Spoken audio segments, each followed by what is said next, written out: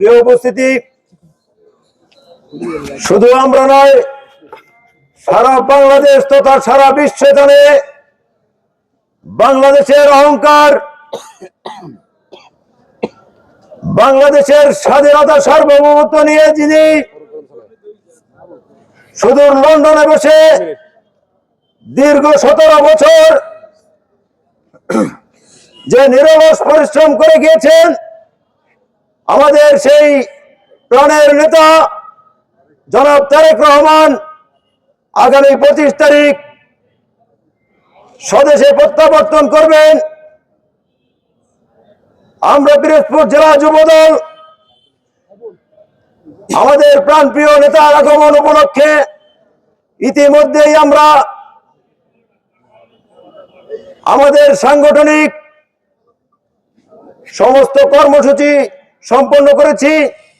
আমাদের নেতাকে স্বাগত জানাতে আমরা পিরোজপুর জেলা যুবদলের সর্বস্তরের নেতাকর্মী সকলেই 25 তারিখ ইনশাল্লাহ ঢাকায় উপস্থিত থাকব।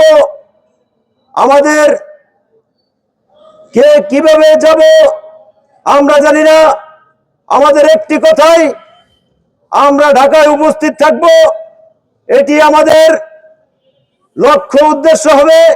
আমাদের উদ্দেশ্য হবে ঐতিহাসিক সেই 25শে ডিসেম্বরে আমরা তারেক রহমানকে স্বাগত জানাবো, আমাদের প্রাণপ্রিয় নেতাকে স্বাগত জানাবো। তাই আমি পিরোজপুর জেলা যুবদলের সর্বস্তরের নেতাকর্মীকে উদাত্ত আহ্বান জানাবো, আমাদের পিরোজপুর জেলার একটি নেতাকর্মীও যেন 25শে ডিসেম্বর পিরোজপুরে না থাকেন। আমরা আমাদের প্রাণের নেতাকে মনের সেই আবেগ ভালোবাসা দিয়ে বরণ করে নেব। সকলকে 25 তারিখে আমরা পিরোজপুর জেলা যুব দলের পক্ষ থেকে আপনাদের সার্বিক সহযোগিতা থাকবে।